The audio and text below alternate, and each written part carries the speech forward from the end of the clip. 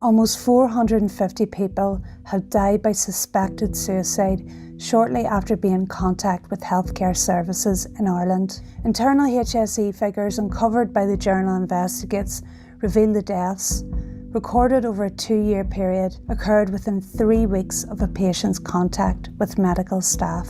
This could be with a GP surgery, an emergency department, or a mental health facility. But they don't appear in Ireland's official suicide statistics, not until a coroner formally determines the cause of death, a process that can take months or even years. Our investigation found that people in suicidal crisis are often referred through overcrowded emergency departments with limited capacity for follow-up after discharge. We spoke to Noeline Eustace, whose son Kelvin died weeks after telling a psychiatrist he was suicidal. She described attending hundreds of medical and emergency appointments while her son was in crisis. I've been lying on a couch with him. He was on the other couch. He's woke me up and told me I cannot bring him home.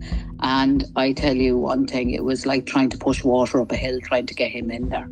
Figures from the National Self-Harm Registry Ireland show the demand for mental health services in emergency departments here. Last year, over 12,000 self-harm presentations were made to EDs by over 9,000 individuals. Almost half were discharged directly, while 1 in 7 left before any next care recommendations could be made. Joe Loughnane lost his 34-year-old brother Adam last year. He explained how Adam presented to an emergency department while in crisis before being triaged and told to wait in an overcrowded waiting room. There was absolutely no need for him to be in an emergency department. He should have been in an empath unit or a mental health A&E in the NHS. Had we had one of those, and had Adam been aware that one of those existed, he would still be alive today. Read our full investigation on the jrnl.ie.